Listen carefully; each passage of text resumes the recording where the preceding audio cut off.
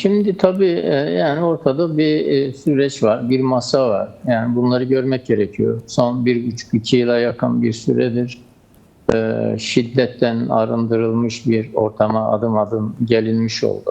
Kan dökülmüyor, gözyaşı akmıyor. Şimdi bunları bir defa önemsemek gerekiyor. Bunlar önemli gelişmeler.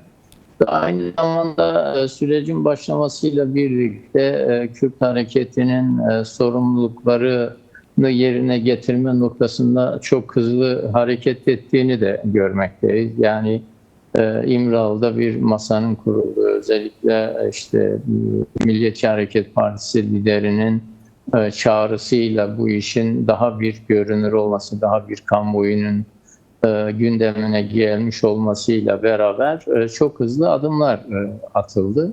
Yani mecliste bir komisyonun kurulması da sonuçta bir parti katılmayan olsa da esas olarak %95'i aşan bir iradeyle teşekkür eden bir komisyon da oluşmuş oldu. Yine komisyonun İmralı'ya gitmesi ve işte esas olarak baş müzakereci olarak da kabul edilen Öcalan ile görüşmelerin yapılması sürecinde katılmayan partiler de olsa bu süreçte bir biçimde aşıldı ve aslında ben görebildiğim kadarıyla bu süreç herkes bakımından oldukça öğretici bir süreç, derslerle dolu bir süreç ama karşılıklı adımlar, yani işte bir MHP liderinin söylediği gibi bir kuş yani iki kanatla uçabilir sözünden hareket edecek olursak bu gerçekleşmiş değil bugüne kadar. Yani esas olarak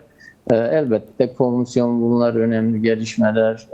Yani MHP liderinin bunu sürekli gündemde tutması önemli bir önemli bir gelişme. Ama esas olarak da yani PKK lideri Öcalan'ın söylediği, işte deklara ettiği ve aynı zamanda PKK'nın de ona uygun olarak attığı adımlar söz konusu. Yani ateşkes ilan edilmiş olması, arkasından PKK'nın fesih kararının alınmış olması, daha sonra silahların yani sembolik olarak yakılması, ama bunun aynı zamanda yani Türkiye ile bugüne kadar 40 yıldır, 45 yıldır devam eden bu çatışma sürecinin artık bir daha gündeme gelmeyeceğine dair bir deklarasyonun da ilan edilmiş olmasıydı. Şimdi burada Türkiye'nin atması gereken, hükümetin atması gereken adımlar vardı. Aslında Erdoğan MHP liderinin söylediklerini biraz izleyen, gözleyen, hatta yer yer görüşen ama bu konuda sorumluluk almayan bir konumda olmayı tercih etti. 2015 sürecindeki gibi Evet. bu gelişmelerin, yani bir sorunu çözmek, Kürt halkıyla Türkiye halklarının birlikte barış ve kardeşlik içerisinde yaşaması, Kürtlerin hak ve özgürlüklerinin kabul edilmesi gibi bir zaviyeden, bir çerçeveden bakmadığından kaynaklı olarak bunun kendi selameti bakımından, iktidarın geleceği bakımından nasıl realize edilebileceğine çok endekslendi. Ama şimdi gelinen aşamada artık sürecin barış ve demokratik bir aşamaya evrilmesi gerektiği noktasında toplumda çok büyük bir anlayış ve yönelim ortaya çıktı. Yani bunu daha fazla oyalamayla, bunu daha fazla sürüncemede bırakmakla kendisinin, yani Erdoğan yönetiminin bir şey kazanamayacağı noktasına geldikleri görülüyor. Özellikle Erdoğan'ın bugünkü konuşmasına baktığımızda hem yani bugün BBC'de de geniş bir toparlama yapmıştı Ayşe Sayın isimli gazeteci. Ben oradaki şeylerin büyük oranda, o toparlamanın büyük oranda hükümetin önemli isimlerinden, iktidarın önemli isimlerinden kaynaklı bilgiler Evet. neticesinde kaleme alındığı kanaati taşıyorum. Dolayısıyla yeni bir sürece girildi. Ancak bu süreç yani bir başlangıç oldu. Özellikle Temmuz ayında bazı adımların atılacağı görünüyor. Ama bu şu anlama gelmiyor. Onu da söyleyeyim, bırakayım, daha sonra devam ederim. Yani Erdoğan bu defa ya bir yasa çıkaralım, bu artık çıkarmazsak iyi olmayacak, bir yasal düzenleme çıkaralım ama bunu nasıl uygulayacağımız da bize bağlı. Biz de oradan yeniden durumu değerlendiririz, yeniden bakarız aşamasına gelmiş görünüyor. Yani Temmuz ayında 9-10 maddelik bir yasal düzenleme meclise gelecek. Muhtemelen gelmesi halinde çıkacak da bu üzerinde tartışmalar olabilecektir elbette ama bunun nasıl uygulanacağı meselesini daha sonraki bölümde konuşuruz. Yani ilk bölümde ifade ettiğim yerden devam ederek söyleyecek olursak sizin sorunuza da yanıt olarak şimdi hükümet hala ya da iktidar Erdoğan PKK'nın silah bıraktığının teyit ve tespiti meselesi üzerinde esas olarak şey yapıyor ve anladığımız kadarıyla yani içeriğini yani Diren arkadaşımızın da ifade ettiği gibi içeriğine dair esas olarak kamuoyunun tarafların bir bilgisi esas olarak yani kapsamlı bir biçimde üzerinde kritik yapabilecek düzeyde yok. Daha çok varsayımlar üzerinden hareket ediyoruz ama şu görünüyor Erdoğan'ın bugünkü konuşmasında yani aslında bir seçim konuşması gibi de düşünebileceğimiz bir konuşma yaptı. Sonra işte bir yeni kapı ruhundan falan söz etti. Ama ya esas olarak yasanın PKK, KCK terör örgütünün fesih, silah bırakması ve hukuki varlığının sonra erdirilmesine ilişkin kanun teklifi. Tırnak içinde bu. Yani böyle düşündükleri anlaşılıyor. Şimdi bu Kürt sorunu değil, Kürt sorunu demokratik çözümü değil, Türkiye'nin demokratikleşmesi değil, tarihsel olarak yaşanmış olan acıların ve sorunların yeni bir bakış açısı, yeni bir perspektifle çözümüne odaklanmış bir yaklaşım değil. Yani özellikle şimdi biz genellikle işte toplum kaygılı diyoruz. Kaygılar var. Tatmin edici hükümet iktidar cenahından bir adım yok ama oradan da tatmin edici gelişmeler görmüyoruz diye açıklamalar duyuyoruz. Yani işte şu bölgelerden az çekilindi, şu bölgeden biraz daha çekilmelerini bekliyoruz. Şu kadarı oldu ama bu kadarı olmadı. Yani tamamen kilitlendikleri şimdi böyle olunca bu kilitlenme, odaklanma meselesi yarın ne yani bir ipe un serme meselesindeki malzemenin sürekli günce tutulması gibi bir kaygı yaratıyor.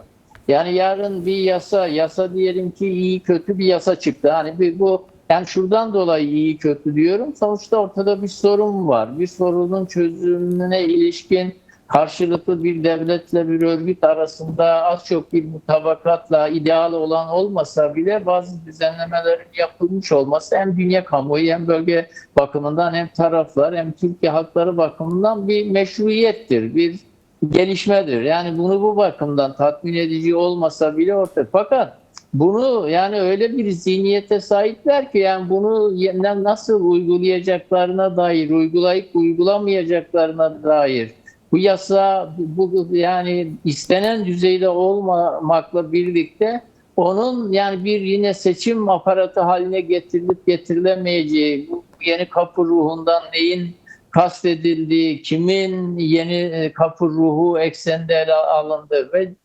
burada CHP'yi de yine yani CHP'ye yönelik bir mutlak kutlan mevzuundan diğer gelişmelere kadar işte milletvekillerinin geçişlerinden belediye başkanları üzerindeki tazyik ve ya istifa ya iktidar cenahına geçmeler ve benzeri. Şimdi bu atmosfer içerisinde meselenin bir komple esas olarak muhalefeti kendi düzenlemeleri kapsamında ele aldı ve Kürt sorununun çözümünden ziyade yani PKK'nın silahtan arındırılmış, silahsızlandırılmış ve kamuoyuna da biz terörü bitirdik, terörizme işte bu iktidar son verdi, bak kan ve gözyaşı yok ve benzeri gibi. Yani Kürt hareketinin attığı adımları, demokratik yaklaşımı, onun Türkiye halklarına, Orta Doğu bölge halklarına karşı sorumluluklarını yerine getirme çabalarını ve bu konudaki ısrarını ve bunun da aynı zamanda tüm Türkiye halklarının geleceği bakımından bir yol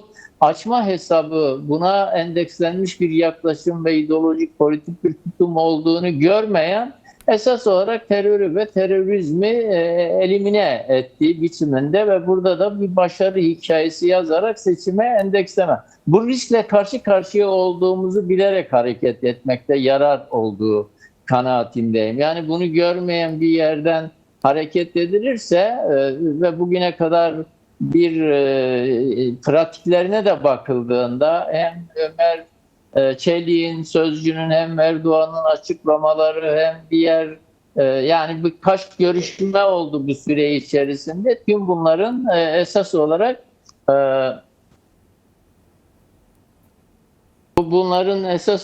buradan sesim geliyor değil mi? Geliyor evet. Seni dinliyoruz, evet, buyurun. Yani buradan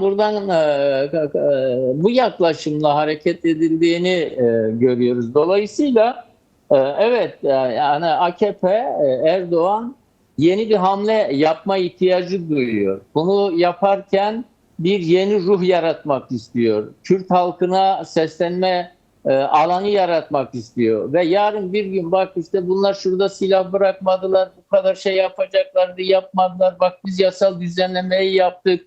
Diyoruz ki gelsinler teslim olsunlar. Yani bir teslimiyet meselesi üzerinden yaklaşım söz konusu olduğundan dolayı oldukça yani yeni bir aşamaya, daha geniş bir alana belki adım atılıyor ama büyük risklerle dolu ve yani bir mayınlı tarla olarak ele almak, değerlendirmek ve buradan da hem tüm muhalefeti ya esir almak ya kendi himayesine, kendi hesapları doğrultusunda hareket edebilecek bir kulvarı eğer buraya sokamıyorsa ki Kürt hareketini, onun demokratik yaklaşımını, onun Türkiye'nin demokratikleşme meselesine bağlı olarak meseleyi ele aldığını ve bugüne kadar burada bir tutarlılık göstererek hareket ettiğini düşündüğümüzde bir zorluklarla ve sorunlarla karşı karşıya kalacağımızı şimdiden kestirmek zor olmasa gerek. Evet.